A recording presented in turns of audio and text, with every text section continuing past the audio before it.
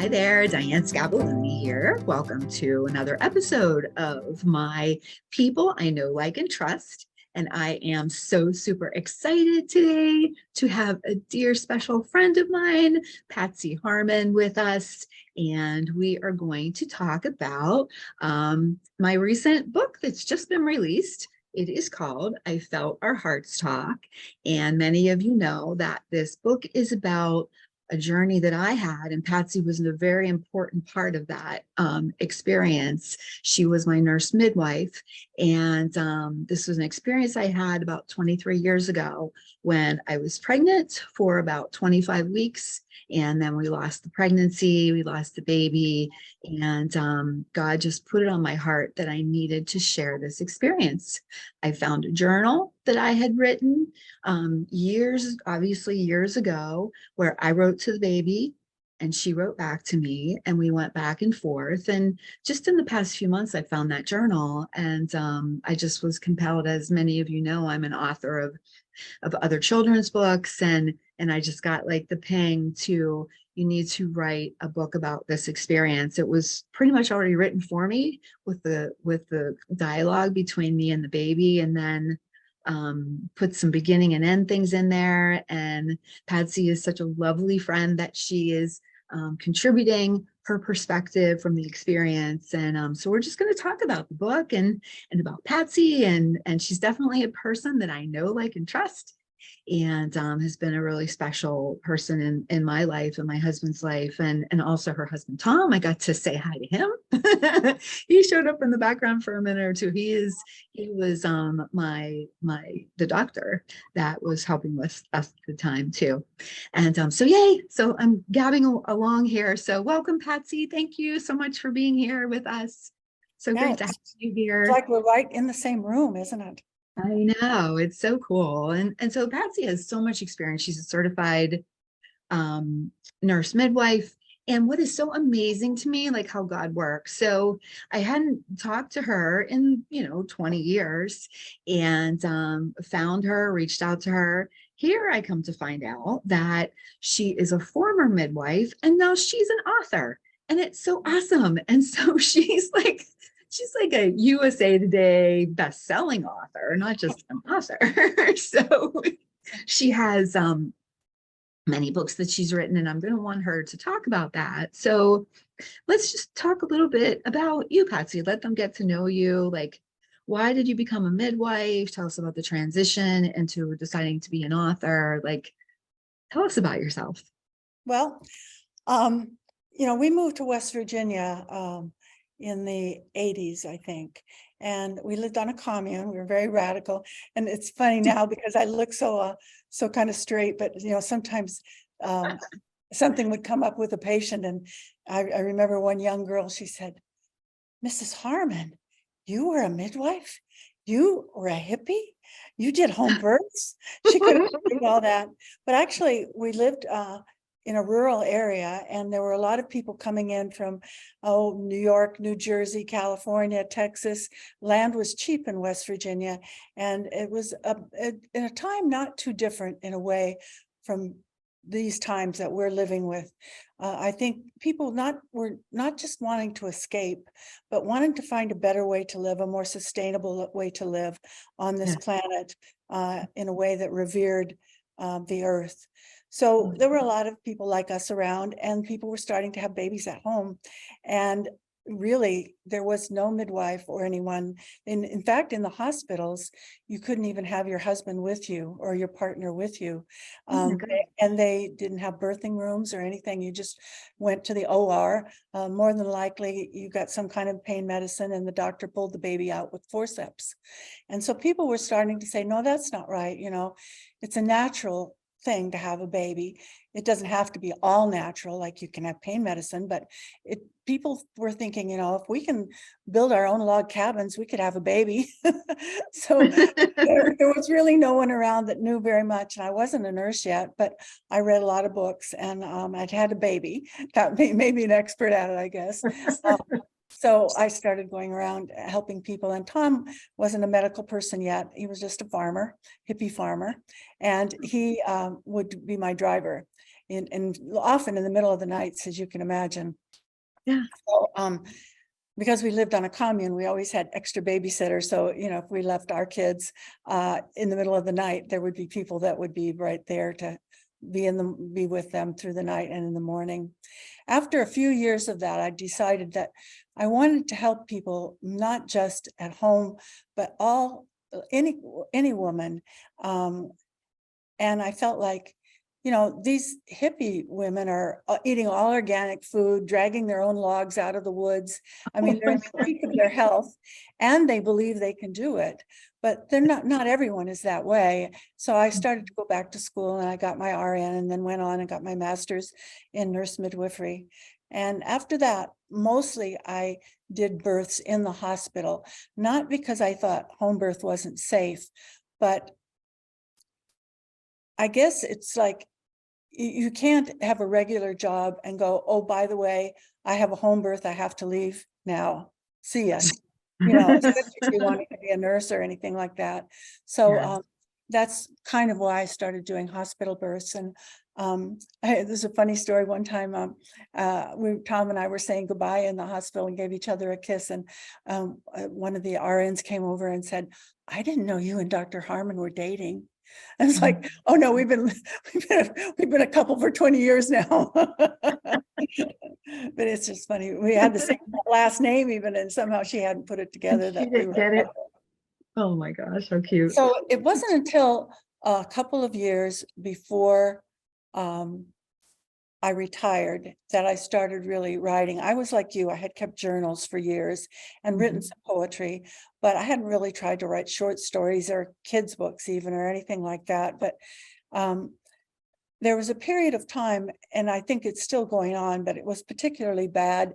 I forget, maybe, you know, it was like the 1990 or something like that, when the medical malpractice crisis came and the insurance rates for doctors and midwives went way, way up. And Tom and I were in private practice and didn't feel that we could afford to pay $40,000 a year or whatever it was for medical malpractice insurance. So we decided not to deliver babies, but just do prenatal care, infertility, and normal GYN and complicated GYN. So because I wasn't getting up in the middle of the nights all the time, I would get up in the middle of the nights and write. So that's how I started writing books. And my first two books were memoirs about what it was like to be a midwife. And somehow I became a midwife with the home births and all that. So that's how I started. And then I started writing historical fiction. And here's The Midwife of Hope River. It starts in 1928 during the Great Depression. And actually, I think I started writing it about 2008, right when we were having the Great Recession, I guess they called it. And I thought, you know, people are losing their jobs, they're losing their homes. They can identify what it was like in the 1920s and 30s. So after I wrote one book, I felt like, geez, I like these characters. I don't want to say goodbye to them. So then I had to write another novel about the same people 5 years later, you know. So that's that's so how I cool. became a writer.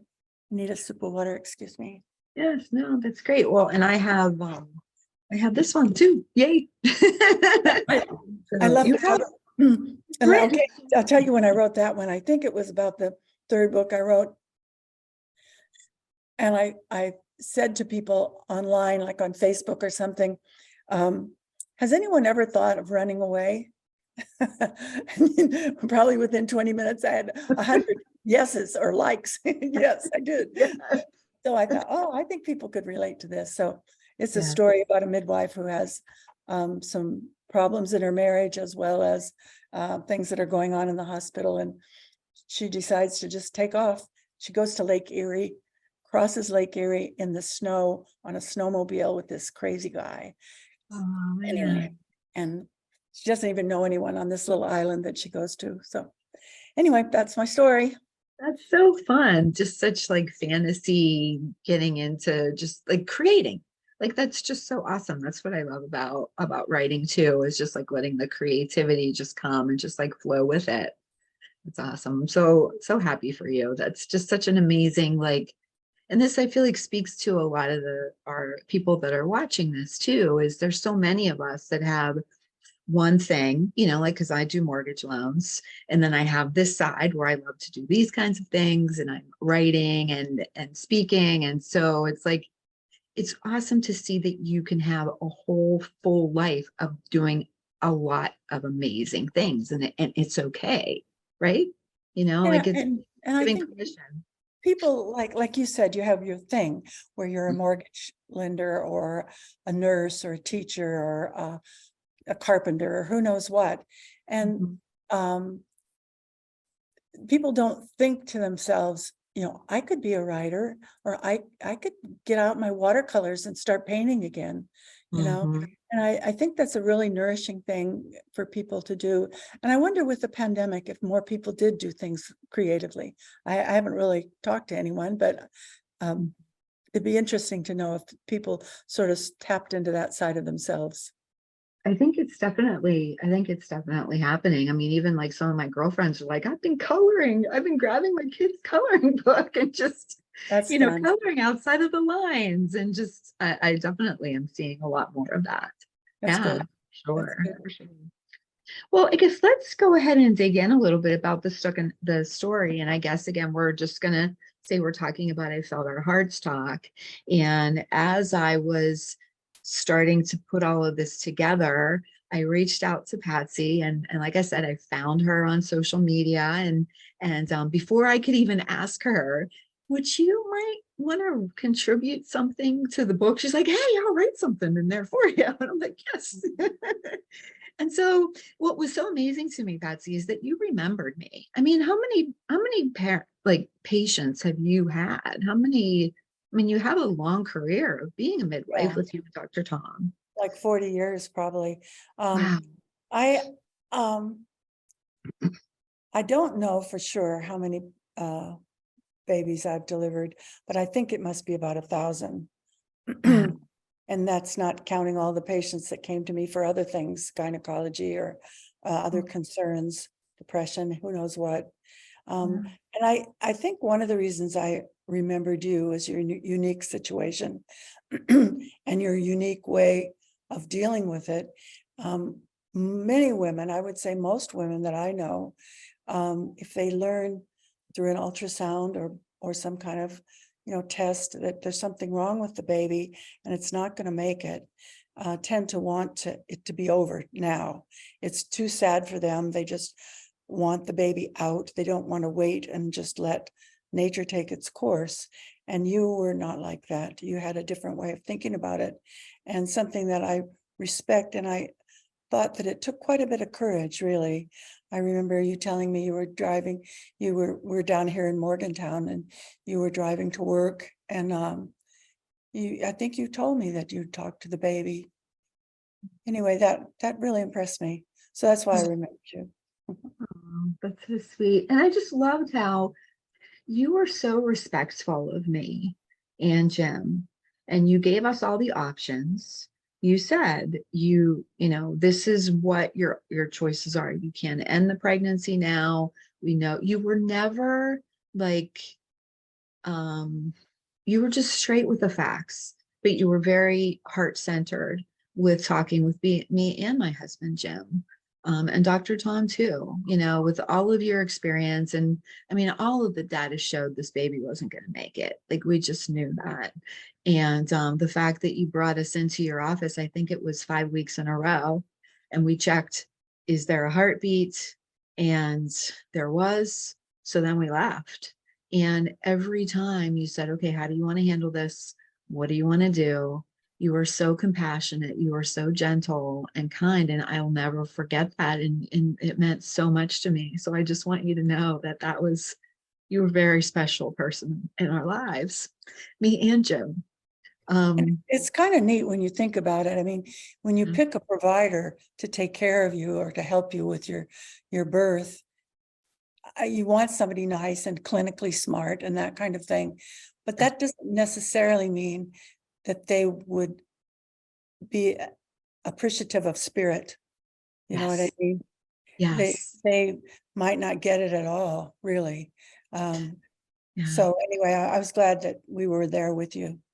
It was, and I really felt that. I really felt, and it's a shame, and it kind of makes sense with like the reason with getting out of it with insurance and all that kind of stuff. It's sad just to say that it feels like sometimes in spirit isn't as available in those types of settings when it really is so much needed. And that's where I'm thinking, and I'm being told that this book could really be kind of like a little healing balm for people that might be going through this. I mean, what are your thoughts about that? Like, Well, for sure, when you first told me about it, of course, I didn't see a book with the little angel on it. It was just in your head, what you were planning to do.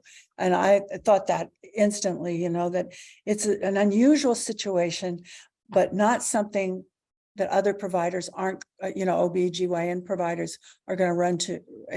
They will see this, maybe not as fully as we were able to go along your path with you, because like I said, so many people do elect, to terminate what's left of the pregnancy, or even if they know the baby is alive, they just want it to be over. And I think the way you talk about it, I think it just, if people have been like clinically trained or right out of school or something, they might not have really ever thought of it like that, so that's why. And it's not a very long book for anybody who's going to buy it from her, or but it's just very sweet. It's a very sweet book. I like it a lot. thank you. Yes, very, very And I sweet. felt like after a while I knew Anne Marie. See, the Yes, Anne Marie story. yes. Yeah, it is. And I feel like her spirit is with me still. And as her presence is even here with us. And it's kind of interesting. One of my friends said that baby was not even born and ever set foot on this earth, but she has a story too. And Mhm. that was like, ooh, that like really touched me, like Yeah. she has a story. And And that's kind of how you wrote the book, right? yeah, like she has a story. And those of you that may not know, like my husband contributed. There's a whole story behind the picture of the angel on the cover, and there's Mhm. a story there too. So it's sweet and loving. And I totally get it. There is so much pain and anguish, regardless of what you choose to do with the pregnancy. Like Patsy was saying, there are some that are like, you know what, I know it's not going to survive. Let's just end it now. And then there's some that choose to just allow it to dissipate naturally with the end of the heartbeat. Like, what do you say, Patsy, like for people that may know someone that has gone through a miscarriage, or I know there's like a lot of scars just from talking with people about this that may have had miscarriages years ago, just like me. And even going through this book, I cried so much reliving all of this.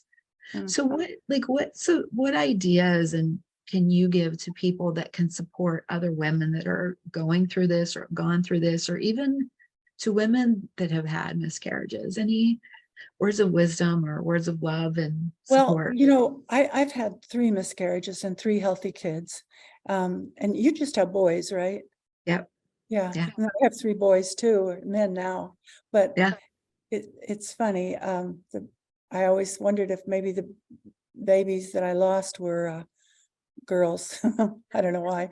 But I think the one thing that when I had my first miscarriage, I went to the doctor, and there was an Amish lady sitting there in the waiting room, and she just asked me what I was there for, or was I having a baby? Maybe that's what she was asking. And I said, no, I'm having a miscarriage. I've already started bleeding. And she probably had 8 kids. And she said, oh, I had one of those once. It took me a long time to get over it. That Oh, was those words of hers helped me a lot, to not think that I should be snapping out of this. Like, it wasn't a big deal. Just go on with your life. It gave me permission, I think, to not wallow in one's grief, but to allow yourself to feel. things. And I guess when you ask me what, if someone has a friend or an acquaintance or somebody they work with that goes through a miscarriage, I guess just to be sensitive that it takes a long time to get over it, and not expect the person to be just all jolly and everything right away.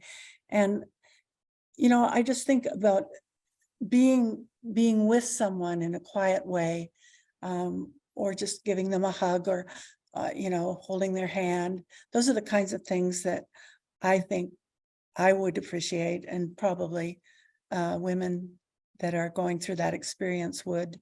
It's something like 1 in 10 pregnancies don't make it for various reasons, and it's often because something isn't forming right, but they lose it maybe even before there is an audible heartbeat. So Mhm. all they know is it's a late period, and later they figure out, oh, I think I was pregnant. Mhm. And sometimes it's after 12 weeks when you can see the heartbeat on the ultrasound. And I just think it just takes time, and just being kind and understanding with people. Yeah. And I agree with you 100%. And I feel like what I needed at the time, and even while writing the book and going through like almost like the grieving process again, or just remembering the experience, is you're right, like gentleness, kindness, being gentle with myself, allowing myself to just like lay on the couch and just like veg Netflix, or excuse me, or just to, need some quiet time to go for walks, and just like just be. And it's okay, like you said, exactly, to feel. And I feel like you don't need to say the right thing. Mm, It's just be there with them. Like I've seen there's ladies and women that are showing things on Instagram where they're just sharing about their miscarriage experience, and these words of wisdom that people are saying that they think are words of wisdom, but just cut like a knife, that it's like the timing isn't right. Like, mhm, I know from my experience that, I was blessed with healthy children after, but at the time, 23 years ago, when you don't know that that's going to be the case, someone saying, oh, just try again, it'll be fun in the trying, and it'll oh, be like, really? it'll be okay, and it wasn't meant to be, and Yeah. all those sentences, just the person doesn't know what to say, so they just say stuff, and it's not as helpful as they may think they're trying to be.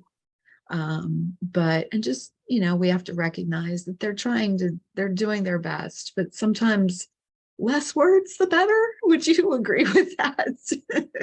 Yeah, Just I think that's true. And there is no magic words. I mean, the things you just said are definitely probably not that those are good things not to say, like yeah, you can try again, or the time wasn't right, or all those yeah. kinds of things. But um I think what I was thinking about when you were talking is about fathers. And this was another little thing that I learned. Um, my work has always been focused on women. And one time, a couple that had had a miscarriage came back, and it was the father that was the most broke up. I mean, I think not that the woman wasn't, but it just struck me that I hadn't been thinking about the partners. I had been just thinking, oh, this woman's going through this. And then I thought, to the dad, not all dads, some guys probably don't relate until the kid's out and bouncing on his knee or something like that. But Yeah. um, but many fathers feel the sadness and the grief. Um, and even sometimes guilt, and might sound funny to you, but I think sometimes people think it's something they did. It Yeah. might be something like, oh, I shouldn't have had a drink of wine, Yeah. or something physical. I shouldn't have worked so hard out in the garden. It was too hot that day. Yeah. To even more spiritual things like, I haven't been as kind as I should have been. I haven't been praying every night. The kinds of things that that people think maybe they did something wrong. But being a clinician, I know that I don't feel that it's ever a punishment that you Yeah. lose a baby. It's something just wasn't working.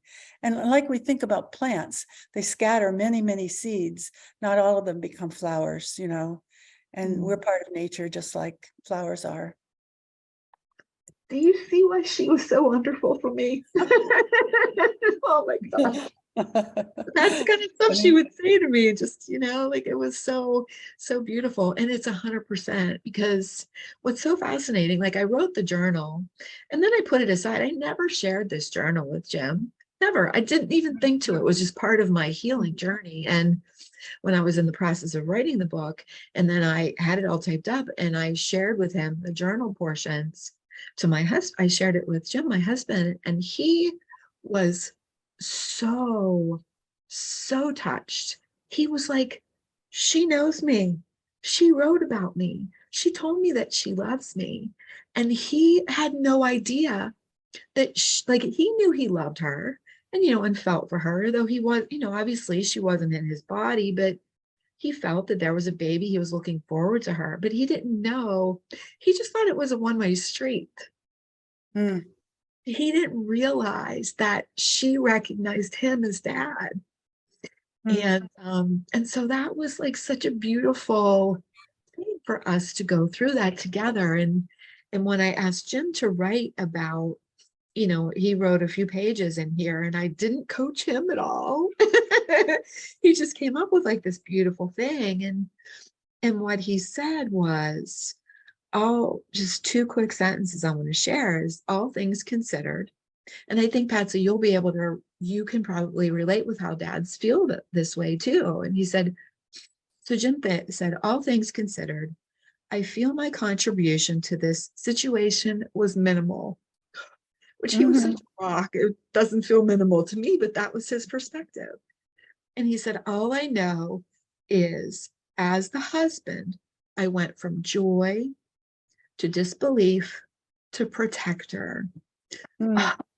And that could not have described him more. We were joyful, we were excited. Yay, we're finally pregnant because we tried for a long time. And then disbelief because Jim is a scientist. I mean, he has 3 master's degrees in sciences. And so he was connected with you guys completely on the clinical side and the statistics and the genes and all of that stuff. Like he got it and he was in disbelief. But once he knew it wasn't going to work, he was my protector. He was there with me at every visit. And he was always like looking out to make sure that I was okay, that my heart was okay. And even making sure I know he talked with you and Tom about like, is she okay? We know the pregnancy is not going to work and we know there's a heartbeat, but is this harming her in any way to keep this going? And so he was my protector. And I know there's so much going on with the men too. And it's just been so beautiful. And I think that we need to include them in this grieving process too. So they're allowed to. It's not just like, okay, dude, Yeah, let's try that's a again. good way. That's a good way to put it. Yeah, that they're allowed to. Not that they're supposed to. We don't ever want people to feel like they're going to be judged if they don't cry or something Right. like that. Maybe they just are very private and a lot of guys don't drip with tears as easily as you and I, Diane. All right. Right, exactly. And Or women too, not every woman is all emotional out front, but maybe in the deep part of the night, they do feel yeah, sorrow as much as anyone. yeah. And even though they feel in that protector space, like sometimes we women, we need that strong man to be our protector, but at the same time, we need, just like we need the masculine and the feminine in our own personalities. And we need that, I feel, especially, I mean, for me, I can say we need the masculine and the feminine in our husbands too, or our partners or spouses or whoever our partner is. I feel like having both sides of the masculine and the feminine is really important. So yay. Well, Mhm. this is so good. Thank you so much for everything that you shared. And I know people are going to want to connect with you. So like, what are your projects that you're working on? What are the books? And I know you're working on, you have some children's books out there too, and you're speaking and you do all kinds of awesome things. So how You can we know, find during the pandemic, I slowed down. I'm trying to gear myself up now, to do more book promotion and that kind of thing. But I love to speak to people. If you have a book club or anything like that, and you want to read one of my novels or my memoirs, or I imagine you probably wouldn't want to discuss my kids' books, but you could if you want. You no, can just buy them for your kids. There, you can get the books on Amazon and most online places, and some of the stores locally do carry them. The publisher is HarperCollins, and my author name is Patricia Harman, Harman. And if you just Googled me, it'll come right up. And I do have a website where you can read about the different books. The one that we were looking at before, The Midwife of Hope River, is historical fiction, and it follows the midwives, one a woman of color and one an uneducated escapee from an abusive home, who learns, kind of like I did, how to deliver babies without going to school. But in 1929, during the Great Depression, which is when the first book is set, a lot of people had babies at home. It wasn't considered a radical thing, especially in rural states. Sometimes the distance to a hospital would have been too great to risk. So that's how midwives came about. And now, of course, there's pathways to education, and you can work in the hospital or whatever. So anyway, I would look forward to talking to your friends and the people who support you for your podcasts. And I don't know, anything else you want me to say? I don't know. I think that's just so great. I am, yeah, I'm just really excited about this connection, and I'm just, I don't want this to sound condescending, but I'm just so proud of you. And you've just been such a light in my life, and you just exude such love and such care, and really thoughtful, just thoughtful messages. And I just love what you bring. I just love what you bring, and I just love your husband too. And we're just so grateful for you. And I'm excited to connect you with some people, and I hope we'll be doing this kind of stuff again. And I'm hoping to connect with some local hospitals and get the word out. Yay.